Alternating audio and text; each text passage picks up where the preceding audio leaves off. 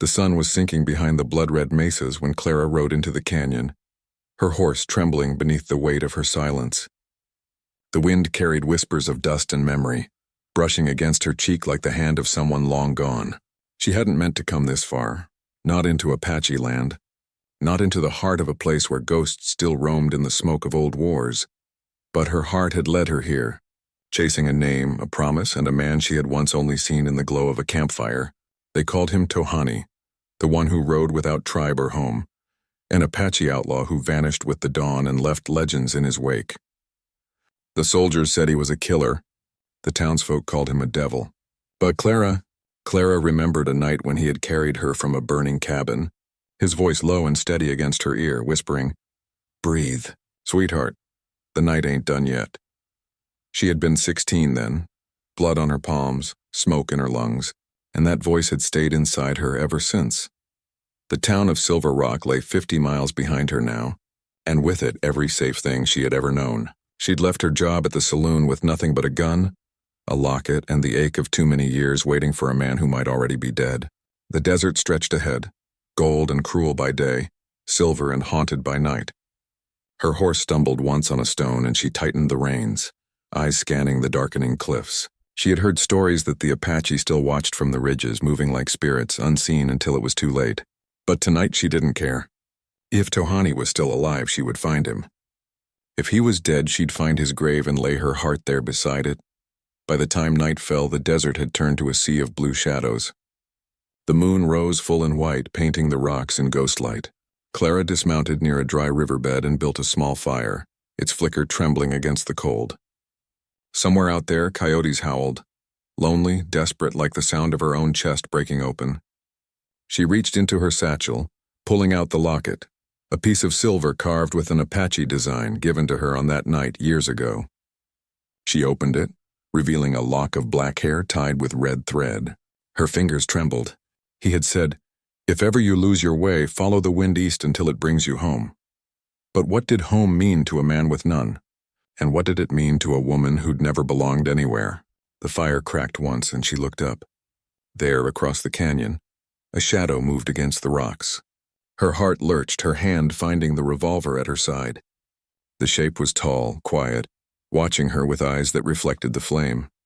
For a long moment, neither of them moved. The air between them was heavy, thick with something old and unspoken. Then in the faint wind came a whisper, not of threat but of recognition. Her breath caught as the voice reached her again, low and calm, like the sound of the earth remembering her name. "Save your breath, sweetheart," it said. "The night ain't done yet." The revolver slipped from her fingers and hit the dirt. Her body trembled. He stepped forward, the moon catching on the scars across his jaw, the long braids tied with faded cloth, and the same dark eyes that had once seen straight through her fear. Tohani. Older now, harder, but still the same man who had once carried her out of the flames. She wanted to run to him, to touch him, to make sure he was real, but her legs would not move. Instead, she whispered his name like a prayer she'd kept hidden in her throat all these years. "Tohani." He didn't smile. His eyes swept over her. The worn boots, the dust on her skin, the ache behind her stare, and something like pain flickered across his face. "You shouldn't have come here," he said quietly, glancing toward the cliffs. "The soldiers patrol these lands now.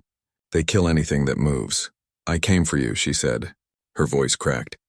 "You saved me once, and I never—" He raised a hand, cutting her words in half. "Don't," he said.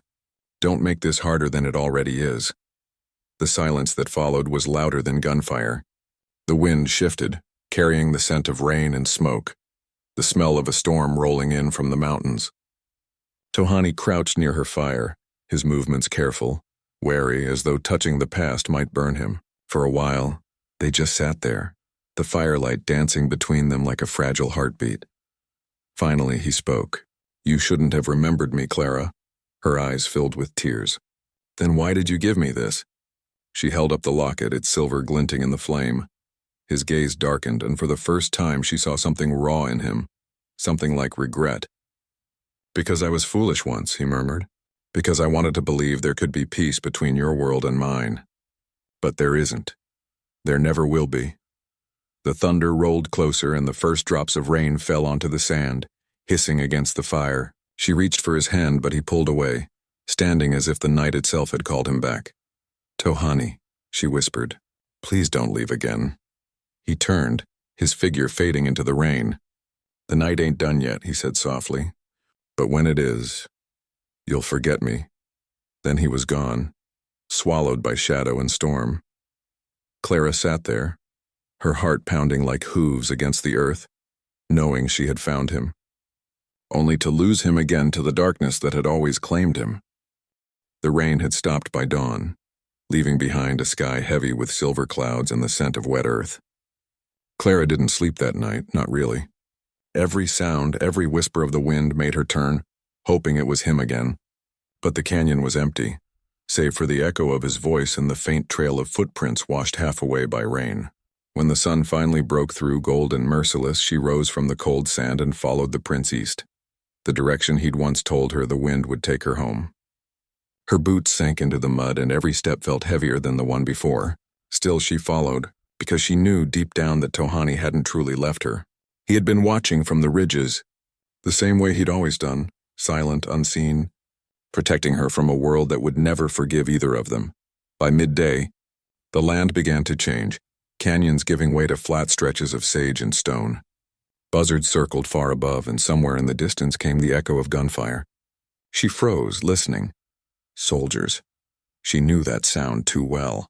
The army had built an outpost nearby months ago, hunting down the last of the Apache who still refused to surrender. They said peace had come, but peace, Clara knew, was just another kind of war, one that left the heart bleeding instead of the land.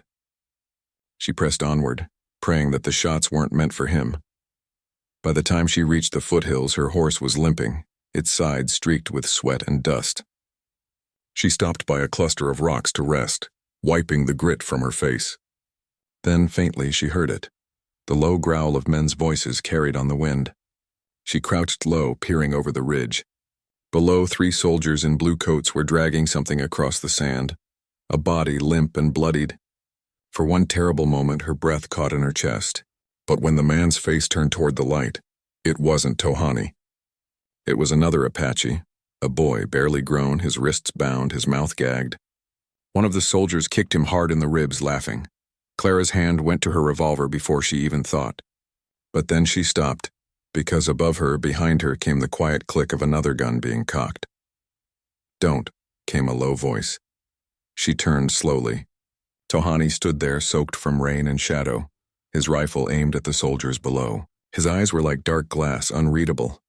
"They'll kill him," she whispered. "They already have," he said softly. "You can't save everyone, Clara." "I can try," she snapped. "Isn't that what you taught me?" A muscle moved in his jaw, but he said nothing. For a moment she thought he would walk away again, vanish like before. But then the wind shifted, carrying the laughter of the soldiers again, and something inside him broke. He lowered his rifle and looked at her with an expression so tired it made her heart ache. "Stay here," he said. "Tohani." He was gone before she could finish, moving through the rocks like smoke, silent and certain. She wanted to stop him, but her body wouldn't listen. She watched as he crept down the ridge, slipping between boulders until he was only a shadow against the sand. The soldiers were still laughing, unaware of the ghost that stalked them. One lit a cigarette, the flame flickering. Then, with a sound like the desert exhaling, Tohani struck. The first man dropped without a cry. The second turned, drawing his gun, too slow. A knife flashed once, catching the morning light, and then there was silence. The third soldier tried to run, but Tohani's rifle spoke, a single crack that echoed across the valley. When it was done, he knelt beside the boy, cutting the bindings with his knife. Clara came running down, her breath ragged. The boy stirred, blood on his lips. "Tohani," he rasped. "They know about her. They saw her last night." Clara froze. Tohani's head turned sharply toward her, his eyes narrowing. "What does he mean?" The boy coughed, pointing weakly toward the west. "The army's looking for her," said the white woman who rides with the Apache as a traitor. Her stomach dropped. "They saw you with me," Tohani said, his voice low. "You shouldn't have come, Clara. You've brought death with you." Tears stung her eyes. "You think I didn't know the risk? You think I care?" He stood, walking away, wiping the blood from his hands. "You care," he said. "You just don't understand what that means." The wind rose then, lifting her hair, carrying with it the distant sound of more riders. Soldiers. Clara's heart lurched. They didn't have much time. Tohani knelt, speaking quickly in Apache to the boy who nodded weakly. Then he turned to her. Take the horse. Ride north. There's a canyon that leads to the river. Follow it. Don't stop. I'm not leaving you again, she said. He met her eyes, and in that moment she saw everything he could not say. The years of running, the weight of loss, the knowledge that love was a luxury the world would never let him keep. You will, he said quietly. Because if you don't, you'll die here with me. The sound of hoofbeats thundered closer. Dust rose in the distance, a line of soldiers cutting through the hills. Clara grabbed his arm. Come with me. He smiled faintly, a ghost of what might have been joy once. The night ain't done yet, sweetheart, he said. But the dawn's already here for me. Before she could answer, he turned and fired a shot into the air, drawing the soldiers' attention away from her. Then he was running toward the ridge, rifle in hand, shouting in Apache, his voice echoing against the stone. The riders wheeled toward him, guns flashing in the sunlight. Clara wanted to scream, to chase after him, but the boy grabbed her wrist weakly. Go, he whispered. He means it. She turned her horse, tears blurring the world to nothing but motion and sound. The wind, the gunfire, the cry of the man she loved becoming one with the thunder of war. Behind her, the ridge erupted in smoke and flame, and in that moment she knew. This desert would remember his blood long after the world forgot his name. Clara rode north until the sun fell behind her and her body was nothing but ache and dust. Every mile tore at her heart, each hoofbeat echoing like a drum for the dead. The storm had passed, but the sky still looked bruised. Streaks of violet and gray spread wide across the horizon. She didn't look back. She couldn't. Behind her, somewhere beyond the jagged hills, Tohani's gunfire had gone silent. The stillness that followed had felt like a blade. She rode harder, trying to outrun the sound that haunted her, the final cry of a man she loved more than her own breath. By nightfall, the river came into view, narrow, silver, curling through the rocks like a snake in moonlight. Clara dismounted by its edge, her legs weak beneath her. The horse drank greedily, its sides trembling. She knelt beside it, scooping handfuls of cold water to her lips, her reflection rippling and breaking with every movement. The woman staring back at her was a stranger. Wild hair, dirt-streaked skin, eyes too full of ghosts. Somewhere inside, a part of her still waited for his voice to rise from the wind, to tell her she wasn't alone. But the wind said nothing now. It was just air, empty, cruel, and endless. She found a cave not far from the riverbank, hidden behind a curtain of vines and stone. Inside it smelled of damp earth and ash. Someone had been there before. A fire pit, old tracks, a carved Apache symbol on the wall.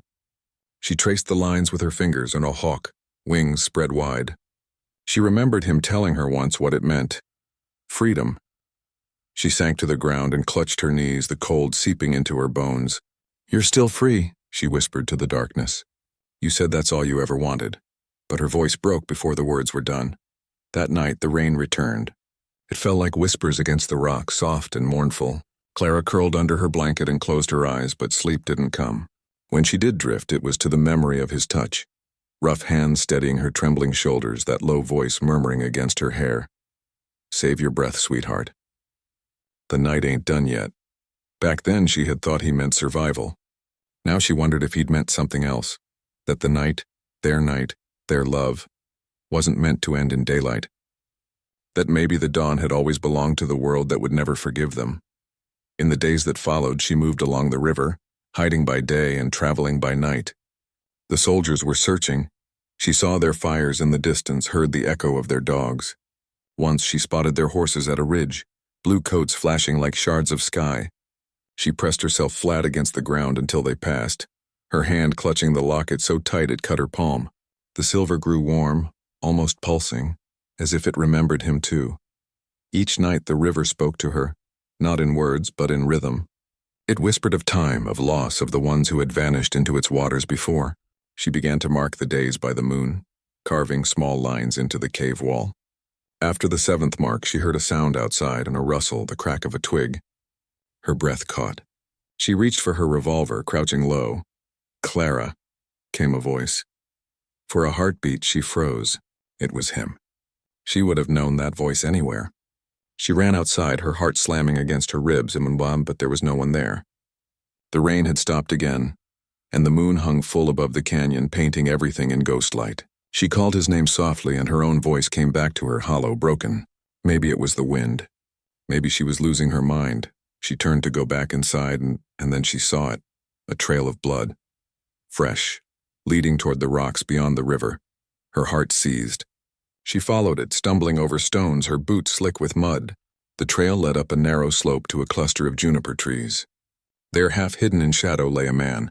His shirt was torn, his chest dark with dried blood, and his breath came in ragged bursts. "Tohani!" she cried, falling to her knees beside him. His eyes opened slowly, the dark lashes heavy with rain.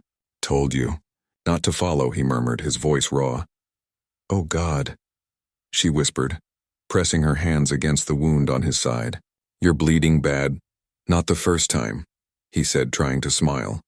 But it faltered, replaced by a grimace of pain. "Why didn't you come sooner? I thought that I was dead?" he finished. "So did I." She tore a strip of fabric from her skirt and pressed it against his wound. The blood seeped through, warm and endless. "You need rest." "You need nothing," he said softly. "Not anymore. Don't say that," she begged. "Please, Tohani, don't you dare leave me again." He caught her wrist, his grip still strong despite the trembling. "You should have gone east," he whispered. "You could have had a life, a house, someone who doesn't have to hide in the dark."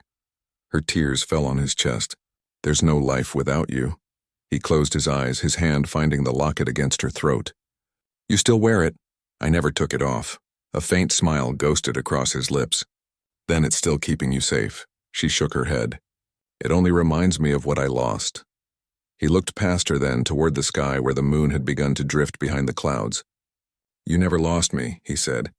"I just became part of the night." For a long time they sat in silence. The wind moved gently through the trees, and the river murmured below. Clara held him, afraid that if she let go, the world would forget he ever existed. His breathing grew slower, steadier, as if he were finally surrendering to something larger than both of them. Then faintly he whispered, "Save your breath, sweetheart." "The night ain't done yet." Her throat tightened. "Then stay," she said. "Stay until it is," he didn't answer. His eyes closed, his body went still. But the faintest trace of warmth lingered under her hands. She held him through the hours that followed, through the slow fading of moonlight, through the chill of dawn, until the sky began to turn pale and cold. And when morning came, she whispered against his lips, "Then let it never be done." But the dawn didn't listen. When the sun rose again, the desert looked almost peaceful, like the world had forgotten the sound of gunfire. But Clara hadn't. She sat beside Tohani's body, her fingers laced through his, the blood on her palms dried to a rusted scar. His face looked calm now, as if sleep had finally claimed him after years of running. She had covered him with her blanket, the one she'd carried across half a world just to find him. For a long time she couldn't move, couldn't speak. The world had gone silent around her, and in that silence she heard the echo of all he had been, the laughter he'd never shown her enough, the gentleness he'd hidden beneath that hard voice, the way he had looked at her once like she was a fire worth walking into. But time, cruel as it was, never stopped for love. The wind shifted, carrying with it a sound that made her blood freeze. The distant ring of horseshoes, the jingle of bridles, and voices shouting orders. Soldiers, the same ones who had hunted him, the same ones who would kill her for loving him. She looked down at his still face and pressed her lips to his forehead. "I won't let them take you," she whispered. Then she reached for his rifle, still warm from his last fight. By the time the first riders appeared over the ridge, the world had turned white with sunlight. Clara crouched low behind the rocks, her breath steady, her hands trembling only once before she forced them still. There were 6 of them. Blue coats, guns ready, eyes sharp. The lead soldier raised his hand, signaling for the others to spread out. She recognized him, Captain McHale. He'd been at Silver Rock once years ago, the kind of man who smiled when he hurt people. "Check the canyon," he barked. "The tracker said they came this way." One of the men dismounted and began searching near the riverbank. Clara's gaze flicked to Tohani's body, hidden under brush and stone, and she tightened her grip on the rifle. Her heart pounded so hard she thought they'd hear it. Then McHale dismounted and walked toward the cave.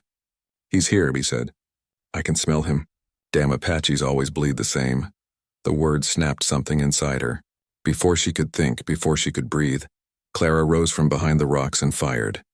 The first shot hit the man closest to her, throwing him backward into the sand. Chaos erupted. Shouts, gunfire, the ring of bullets against stone. Clara ducked behind a boulder, reloading, her hands slick with sweat. They fired back, dust exploding all around her. Up there, Mikhail shouted. She's alone, take her alive. She aimed again, rage guiding her hand. Come and try, she screamed. The next few minutes were madness and the smell of gunpowder thick in the air, the sound of hooves retreating and charging again. She took another man down before a bullet grazed her shoulder, spinning her sideways. Pain flared hot and sharp, but she didn't stop. She couldn't. Every shot she fired was for him, for the years stolen, for the peace he'd never had. Then she heard it, the click of a revolver behind her. Mikhail. She turned too late. The barrel was already pressed to her back. Drop it, he said. His voice was calm, almost amused.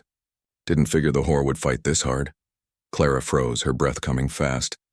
You'll burn for that, she said quietly. He laughed. Maybe, but first you're going to tell me where the savage is buried. Command wants his head for proof. Her heart stopped. Slowly, she looked over her shoulder. You'll never find him. Oh, I'll find him, Mikhail said. Unless you make me bury you right next to him. For a moment, the world narrowed to the sound of wind and the cold metal at her spine. She thought of running, of spinning around and firing, but she knew he'd be faster. So she did the only thing she could. She closed her eyes, took a breath, and whispered to herself, Save your breath, sweetheart. The night ain't done yet. Then she moved. The gun went off, the sound splitting the air. Pain seared through her side, but she didn't fall. She twisted, grabbed his arm, and fired point blank. Mikhail's body jerked and dropped, his gun clattering to the ground. For a heartbeat, everything went still again. Then the others came charging. She fired until the rifle clicked empty. The world blurred into smoke and heat and noise. When it was over, when the dust began to settle, she was the only one still standing. The canyon was littered with blue coats and silence. Her breath came in shallow bursts. Her body was shaking, blood soaking through her dress. She stumbled toward the river, dragging herself back to where Tohani lay. The morning sun had turned the water gold, the kind of beauty that felt cruel now. She sank beside him and dropped the rifle, her vision dimming. They won't take you, she whispered. They'll never take you. Her hands shook as she began to dig with what strength she had left, pulling sand, moving stones, building a grave in the same earth that had once kept him alive. She worked until her fingers bled, until her arms gave out. Then she laid him there, beneath the hawk symbol carved in the rock, and covered him with the last of her strength. When it was done, she pressed the locket into the soil. You said I'd forget you when the night ended, she murmured. Then let the night never end. The horizon shimmered, the heat of the day rising. She leaned back, the pain spreading through her body like fire. The sound of the river faded, replaced by something softer, his voice low and warm, curling through her mind. Save your breath, sweetheart. The night ain't done yet. A faint smile touched her lips. Then I'll wait for you there, she whispered. And when the sun reached its highest point, the desert fell quiet once more. The desert does not forget. Years later, when the railroad came and carved its way through the red hills and dry riverbeds, the workers spoke of a place they avoided after dark, a narrow canyon where the wind howled like it was alive. They said a woman's voice sometimes rose in the night, soft and broken, calling a name the wind refused to carry away. They called it Lover's Hollow, though no one knew who the lovers were. Some said it was a story told to frighten the young. Others swore they had seen her, a pale figure standing by the river, her dress torn by time, her hair dark as rain, her eyes turned to the stars as if still waiting for someone who never came back. But once, long before it became legend, an old Apache hunter came through that same canyon. He had known Tohani, the boy who refused to surrender, the man who spoke of freedom when all the others spoke of war. He had fought beside him once and buried too many brothers since. When he saw the hawk symbol carved into the stone, he dismounted and knelt in the dust. The mark was weathered but still there, and wings wide, claws open. Beneath it lay two shapes side by side, their outlines softened by sand and time. The hunter bowed his head and whispered a prayer in his tongue, one that the wind took gently, as if it had been waiting for those words. He stayed there until sunset, leaving a bundle of sage and an arrow bound in red thread. a sign of respect, a warrior's farewell. When he rose, the air around him shifted, and he thought he heard something faint, a woman's laughter, soft like rain.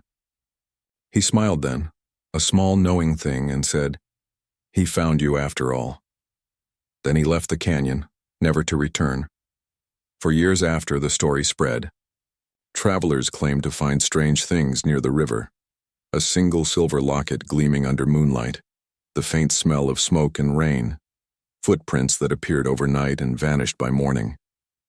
Those who camped nearby swore they'd felt someone watching, not with malice but with something gentler, a presence that felt like memory. And sometimes when the wind blew from the east, they said it carried a whisper, half in English, half in Apache. "Save your breath, sweetheart. The night ain't done yet." In the town of Silver Rock, the saloon where Clara once worked was rebuilt after the war. No one there remembered her name, only that she'd been quiet, polite, and had eyes that looked far beyond anything that could be found in that dusty place. A photograph hung on the wall for a time, a faded image of a young woman standing beside a horse, her hand resting on its neck, her smile small and secret. The barkeep used to say she'd gone west to marry a rancher. The truth was simpler and harder. She had gone west to keep a promise the world had never let her make. Decades turned into centuries. The railroad rusted, the towns fell quiet, the canyon stayed. The river, though smaller now, still shimmered silver under the moon.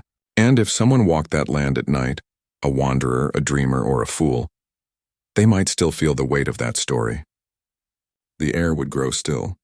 The stars would burn a little brighter, and in that fragile space between one breath and the next, the world would remember them. Tohani, the man who had fought for freedom, not for glory. Clara, the woman who had loved him without reason or permission. Two souls bound not by blood nor law nor tribe, but by the kind of love the world calls foolish because it cannot understand it. Sometimes, on a still night, when the desert sky is painted in fire and silver, the wind begins to rise. It starts low, almost human, and if you listen close enough, it sounds like a whisper between lovers. It moves through the sage and over the riverbed, touching the rocks where the hawk symbol still lies hidden beneath centuries of dust. And then, faintly, a voice can be heard, his voice, steady, calm, eternal. "Save your breath, sweetheart.